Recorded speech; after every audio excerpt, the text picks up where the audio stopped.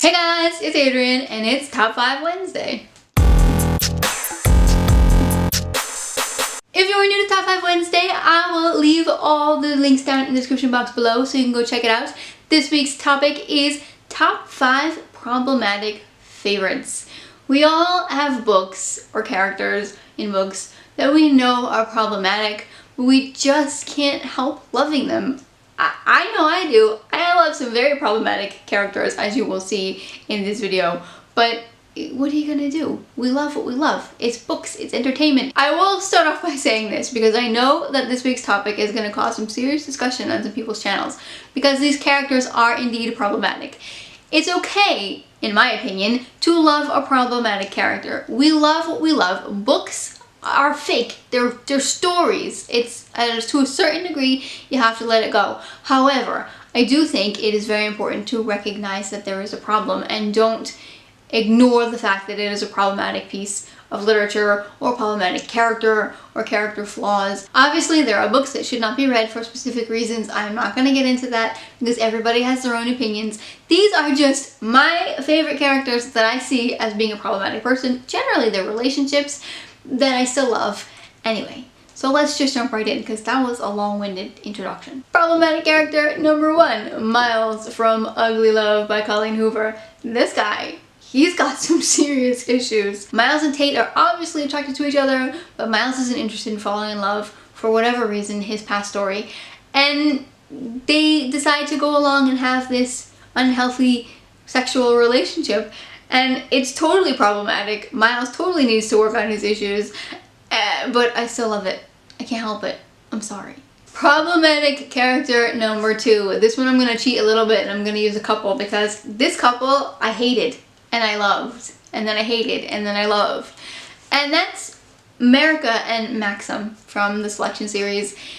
This book is, I'm sure most of you know what this is about, but this is a YA book and it's kind of like The Bachelor, where all these girls are selected to go into this sort of trial to win the heart of the prince and become the next queen. If I had to pick between the two, I would pick that America is the most problematic because she acted the most childish.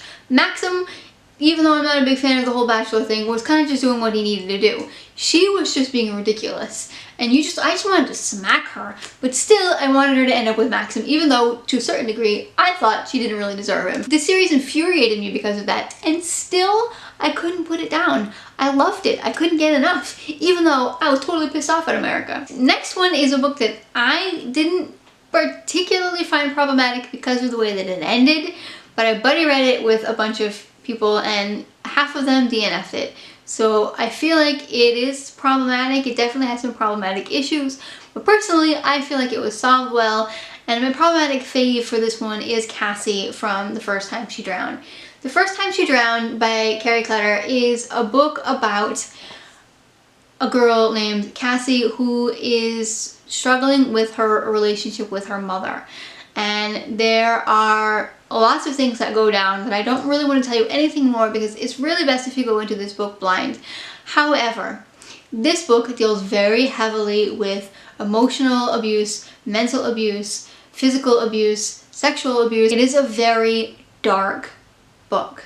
Now, I will say, I read another book about child abuse, and that was A List of Cages by Robin Rowe, that also dealt with child abuse, and I feel like that one didn't do it very well. That one, it didn't, in my opinion, and I have a whole review on it, that one didn't really justify why child abuse was being written about. This one, in my opinion, it did because of the way that Cassie developed through the book. The conclusions that Cassie came to in the end of the book and her personal character development, I feel like the book, because of that, could be helpful because it actually could help somebody maybe who has gone through something like that come to the same realizations that Cassie did. And that's why she's my favorite. I know the book is problematic. I know a lot of people are DNFing the book. I know that it is a very tough book to get through. I had to walk away from it a couple times myself, but I was glad that I really stuck with it because it seems helpful to me. Maybe I'm wrong, but for me, I haven't had any of these issues that Cassie is dealing with, but I feel like it could be helpful to somebody. I've said that like 35 times now. Do you get the drift? So I think that even though this is a problematic book, it is definitely one of my favorites, and I do very much like Cassie's personal development. I think she's got one of the better character developments that I have read about in a while. Problematic character number 4. This one is Sam from the Unearthly Trilogy. Sam is a demon. I know you say, you don't read demon books. You're right, I don't read demon books. But this one was a good one. This one wasn't too scary. And the reason for that is because Sam, this demon, without getting into any details, does try to have a little bit of redeeming qualities, which makes him problematic because he's a demon and I'm supposed to hate demons. And still I find myself not rooting for Sam, but kind of hoping that things will work out for him, even though I know it won't and he'll end up in the lake of fire of eternity. But still, problem, you know, you shouldn't root for demons. That's a problem, guys. And the last up is the one that I know is the most problematic, and still I say, I can't help it. Jamie Fraser from the Outlander series. Trina from Between Chapters did a phenomenal review on why she doesn't want to go on reading the Outlander series, and even though I am a total Outlander fan, I absolutely have all respect for everything that she said in that video because she is totally right. I will leave a link to it down in the description box below. This one is complicated, guys. This is one of the ones that I was talking about at the beginning of the video. I recognize that there is a problem and the problem should be noted and recognized and talked about. And yet, I still can't help loving Jamie and Claire. I have now read 7 out of the 8 published Outlander books and I absolutely love them. Are they problematic? Yes, they are, but I love them anyway. That's why it's a problematic favorite, hence the topic of this video. Alright, that wraps it up for this week's Top 5 Wednesday video. If you enjoyed it, give it a big thumbs up. If you haven't yet, I'd love for you to subscribe. Thanks for watching and see you next time. Bye!